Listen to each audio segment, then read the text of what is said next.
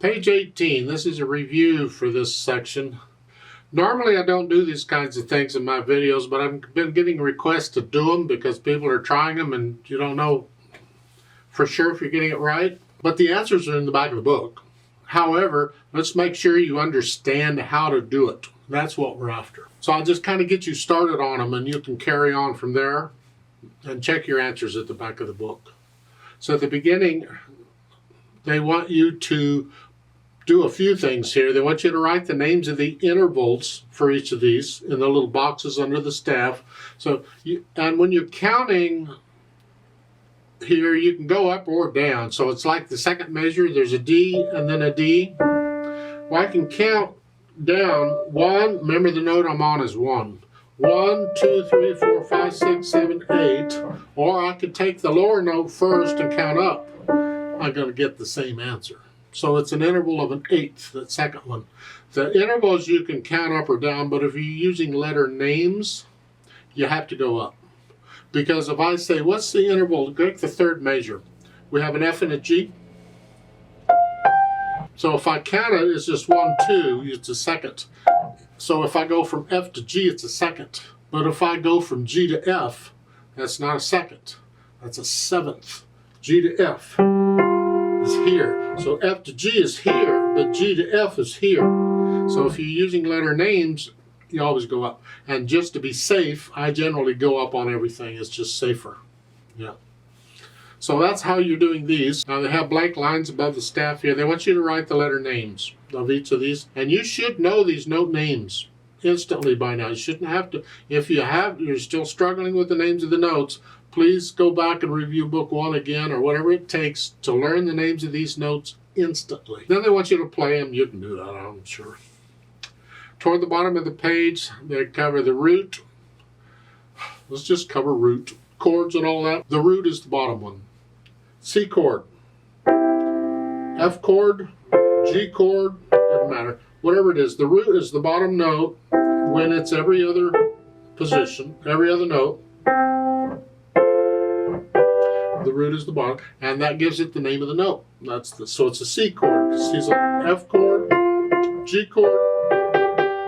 Okay, because when you invert them, then it's a different thing, but it doesn't change the root. So if I invert this and put it here, that C is still the root of the chord, even though it's not on the bottom, because it is. You can only have one root and it doesn't move around.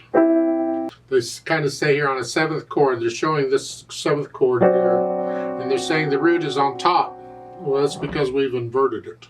Because if I take a 7th chord here, using a D7 chord, and what they've done is they put the D is the root of the chord because it's on the bottom, it's every other note. So they put it on top. So just invert it. And then we left out the A because you don't have to use all the notes. That's what they're saying at the bottom. The root is on the top here because we've inverted it, is all. At the top of page 19, they want you to write in the G major scale. Have fun with that. I don't care. Circle the half steps. Have fun with that. I don't care. Remember, half step is G major. The half steps are going to be here because there's no note. And it's going to be here because there's no note. Those are half steps. Whole half. Whole half. Remember that pattern for major scales. And then the primary chords in root position. And you can do that for G. It's here in both hands. Now, in the key of G, the tonic note is a G. Remember, tonic is the first step. Remember, every step of a scale is numbered. Well, it also has a name. Isn't that lovely? And the name of the bottom step, step 1, is the tonic of the scale. It's a tonic. So in the key of C, the tonic is the C. It's the thing that gives it the name. Tonic is C. If it's a chord, it's a root. But in a scale, it's a tonic. The subdominant, oh good grief. Well, again, the subdominant of a scale is the 4th step. You just have to memorize it. 1, 2, 3, 4. Key of C, it's an F. So C would be the tonic, F is the subdominant of the key of C. Now G, key of G, G is the tonic, and 1, 2, 3, 4. C would be the subdominant in the key of C. Then the dominant is the fifth step. Subdominant is the down one. Fifth step, 1, 2, 3, 4, 5. That would be a G in the key of C. The dominant chord would be the fifth chord, chord 5, or the G chord in the key of C. You just got to remember what key you're in. Now, a C chord is always a C chord. It doesn't matter what the key is. But as far as the numbers or the name or the 1 chord or 4 chord or the tonic or dominant or whatever, that's based on the key you're in. So careful. Then for H here, they write the chord names in the box provided, and you can just write in the G, C, or D7 chord, whichever it is, because you have the G chord and the C chord, remember, because we're using this inversion, we'll put the G onto it.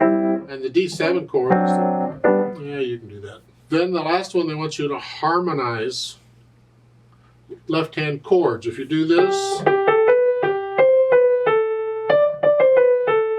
they want you to harmonize to those. Will you experiment? Try different ones out. If I play a 1 chord with it, does that work? Sound okay? If I play a 4 chord with it, will it work? Not really. How about a 5/7 chord?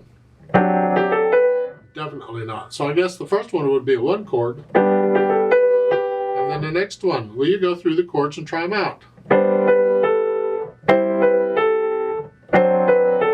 So it's either a 4 or a 5/7 there. Pick one. I don't care. I think it's a 4 chord. And then here, or, yeah, 5/7 chord for the third measure. And usually you end with a 1 chord. So it looks like it's a 1, 4, 5, 7, 1. I just gave you the answers on those. You experiment with these harmonies and what sounds good to you. Over time, you'll develop an ear for it. The important thing is just to be aware of what you're hearing. Let me know if you have questions on this.